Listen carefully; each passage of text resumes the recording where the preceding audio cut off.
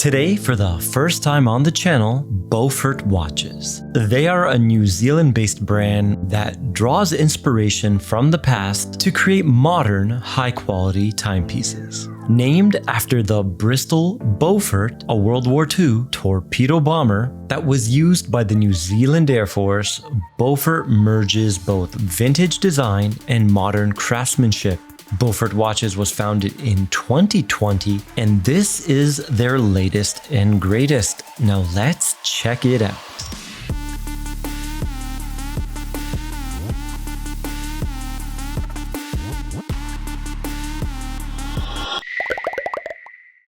Introducing the all-new Beaufort Fiordland GMT. I hope I said that one right.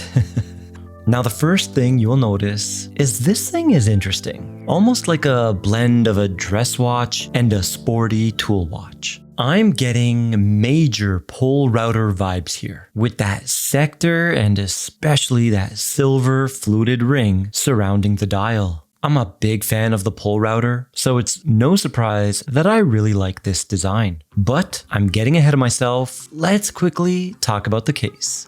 The case stays true to its tool watch DNA with its predominantly brushed finish. It is accented by a subtle polished bevel that highlights the curve of the mid case. The stationary bezel features an engraved 24-hour scale, and the abrupt, sharp formation of the lugs gives this design a distinctive character that I really like. The slab-like sides are horizontally brushed, and they add to its rugged appeal while enhancing wrist presence. Overall, the Fiordland GMT strikes a unique balance between bold and elegant design. But to get a better understanding, let's check out the dimensions. I got 39mm in diameter and a secret measurement of 33mm. For the thickness, I got 12.8mm, but that is including 1.9mm of a boxed sapphire crystal. We got no drilled lugs and a lug-to-lug of 47 even.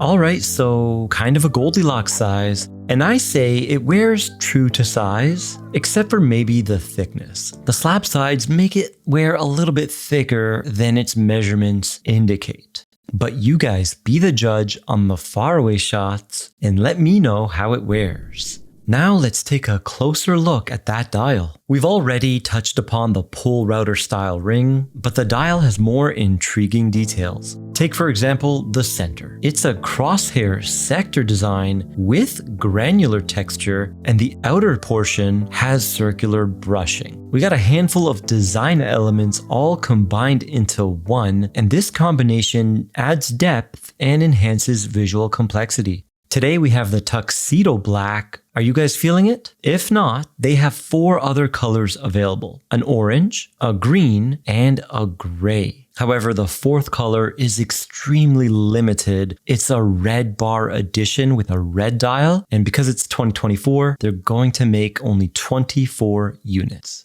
The other colors, like this black one, will have 100 units each. Typically, I pick the safer colors. I'm a little boring that way, but with the Fiordland, there really isn't a bad choice. This watch comes with a TPU rubber Tropic. It's a little stiff, not a fan of it, even though I love Tropic straps, but I love them on dive watches.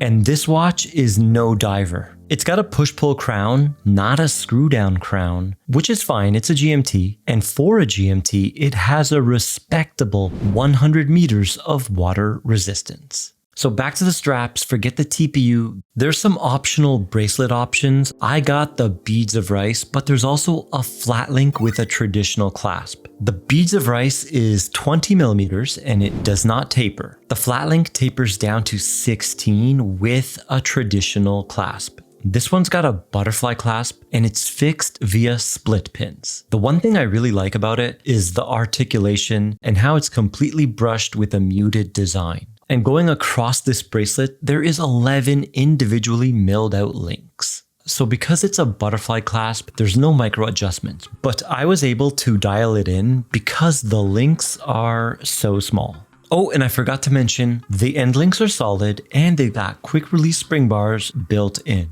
Okay, so I did skip over the handset. They're not my favorite. I do like that they feature completely brushed finish and combine the alpha and leaf style handsets. But while I do appreciate the design, I feel they appear a bit small on this watch. They're definitely proportional to the inner sector, the black part, but it would have been nice to see a little bit more reach with the handset. And I have a similar complaint about the GMT hand. Since the 24-hour scale is located on the bezel, that tiny hand just doesn't reach far enough.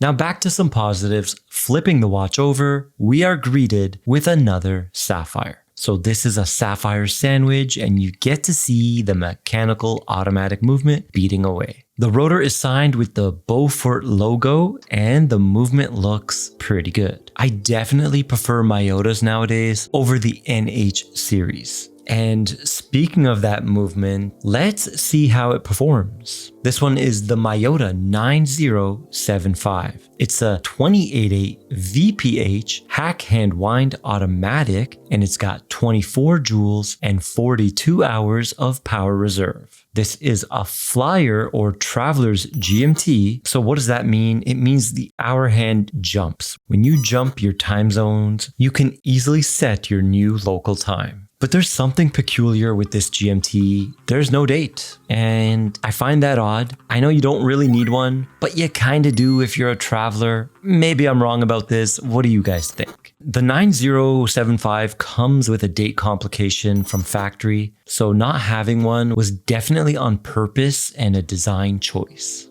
Now let's check out the Lume.